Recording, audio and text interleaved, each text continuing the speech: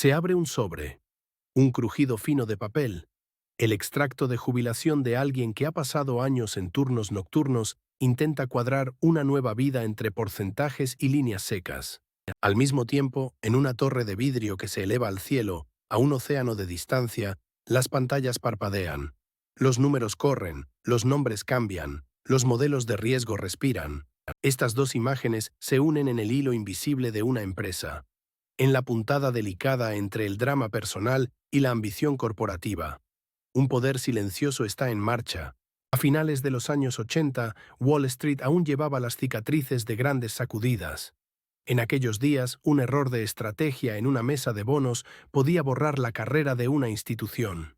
Tras sufrir una gran pérdida por leer mal el riesgo de tipos, Larry Fink se aferró a una idea: hacer visible el riesgo. En 1988, junto a varios colegas, fundó una gestora de activos. El objetivo era simple y ambicioso: gobernar el corazón del desempeño inversor, el riesgo, con disciplina cuantitativa. En sus primeros días, al amparo de Blackstone, aquel embrión creció hasta convertirse en un cuerpo independiente. La filosofía era nítida: educar la emoción con datos, la suerte con procesos, la intuición con sistemas. Los 90 fueron los años en que la ingeniería financiera se institucionalizó. A medida que aumentaba la potencia de cálculo, las carteras complejas empezaron a parecer gestionables. BlackRock levantó un sistema nervioso informático, Aladdin. Esta plataforma hacía hablar entre sí a todos los instrumentos de una cartera y convertía las pruebas de escenarios en un panel de control. Bancos, aseguradoras y fondos públicos quisieron aprender ese idioma. Cuando la empresa salió a bolsa en 1999, ya no era solo la historia del crecimiento de una gestora. El lenguaje del riesgo aspiraba a convertirse en la lengua franca del mercado. La participación de PNC aceleró la expansión de la red corporativa. Como un metrónomo de pulso pequeño pero constante, los fondos crecieron, el talento se sumó, los procesos se estandarizaron. Con la globalización, los mercados se ataron con lazos más firmes. En 2006, la compra del brazo de gestión de inversiones de Merrill Lynch amplió la escala y la capacidad de distribución. Después llegó la crisis de 2008.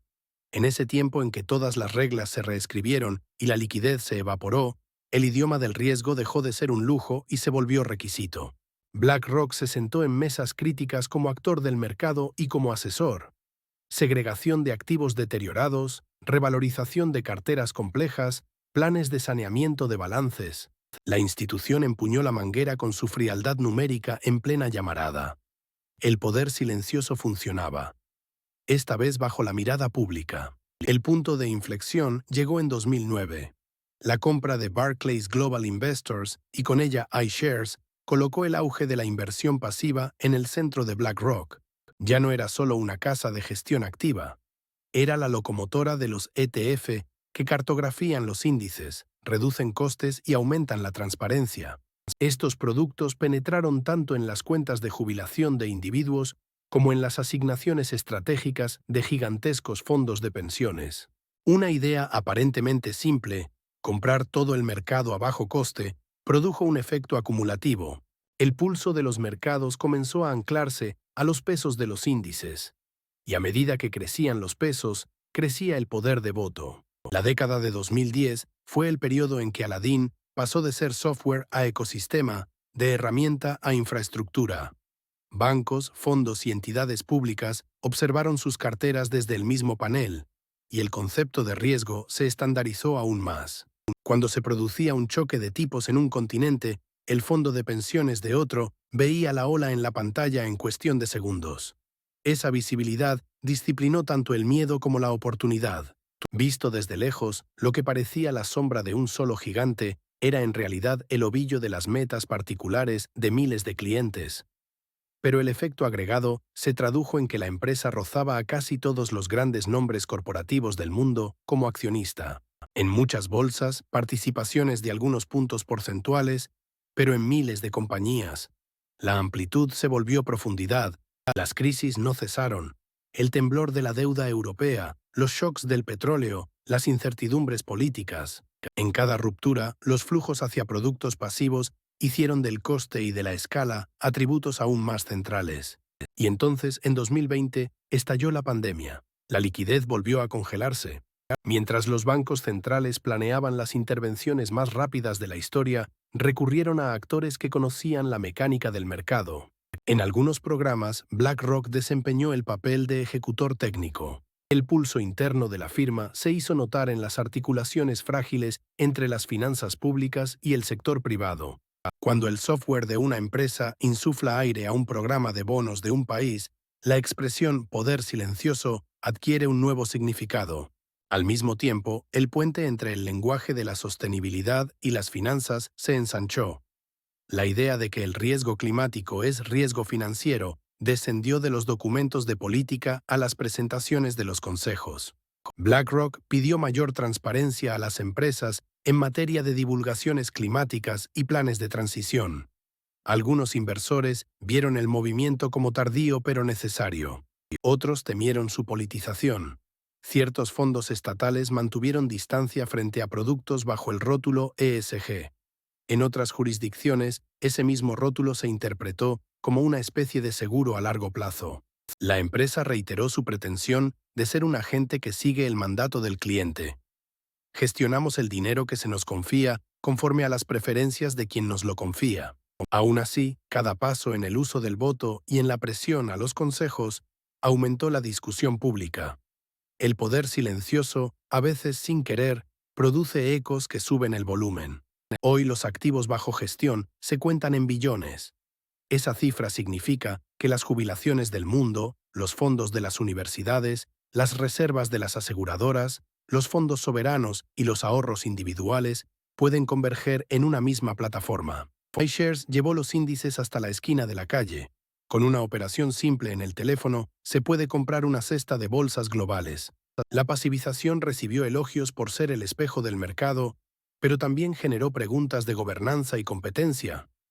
¿Qué deben hacer los tres grandes, BlackRock, Vanguard, State Street, con su poder de voto? ¿Retirarse, delegarlo o permanecer en una línea de propiedad responsable con mayor rendición de cuentas? Cada respuesta convoca una nueva pregunta.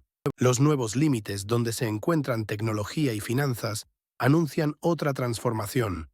Datos alternativos, análisis asistido por inteligencia artificial, monitoreo instantáneo de liquidez. Sistemas como Aladdin intentan mostrar no solo la foto de hoy de la cartera, sino sus mañanas posibles. Incluso los criptoactivos, al convertirse a mediados de los años 2020 en productos cotizados bajo supervisión regulatoria, se han ido engarzando a la lógica de índices. Esto amplía la definición de riesgo del mercado y hace aún más complejo el mundo que hay detrás de ese pequeño signo de porcentaje en el extracto de jubilación.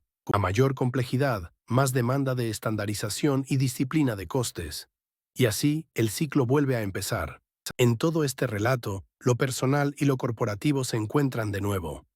La pequeña aportación mensual de un progenitor al fondo educativo de su hijo forma parte de la misma red que la nota metodológica de un proveedor de índices en Londres, el informe de carbono de una empresa en Tokio y la rueda de prensa de un banquero central en Nueva York. El ascenso de BlackRock, si no en el centro, al menos abrió una ventana para ver más de esa red desde uno de sus nudos. Gran escala, bajo coste, acceso amplio. Este trío modeló de forma permanente el comportamiento del inversor. La inversión es ahora más visible y al mismo tiempo más abstracta. Un clic en la pantalla puede conectarse con la decisión de eficiencia energética de una fábrica al otro lado del mundo. Las objeciones, por supuesto, persisten. La escala trae consigo temores de concentración. La pasivización suscita dudas sobre la salud del descubrimiento de precios. La sostenibilidad arrastra debates de politización. Estas objeciones no interpelan solo a una empresa, sino a la arquitectura misma de las finanzas modernas. Puede que las respuestas no sean nítidas, pero es seguro que la demanda de transparencia crecerá. El inversor, quien abre ese sobre, ve reforzado su derecho a saber qué y cómo impacta su dinero. Esto empuja nuevos pasos en el reparto del voto, el acortamiento de las cadenas de delegación y la estandarización de las divulgaciones de datos. El poder silencioso, puesto a prueba por la transparencia, puede regenerar su legitimidad. Cuando llegue el momento, quizá la historia resuma esta época en dos frases. La computación se abarató y los índices envolvieron el mundo. Estas dos realidades acercaron las finanzas a un servicio de infraestructura. La cronología de BlackRock puede leerse como síntesis de esa transformación. El camino que empezó en 1988, haciendo visible el riesgo, se aceleró en 2009, con el salto de escala, y se redefinió en los años 2020, en la intersección de tecnología y política. En cada cruce, el contacto entre lo personal y lo corporativo no se interrumpió. La cifra dentro de un sobre y el algoritmo dentro de un rascacielos entraron en el mismo compás. Y ahora, las pantallas vuelven a parpadear. Los bancos centrales sopesan nuevos ciclos. Las empresas actualizan sus planes de transición.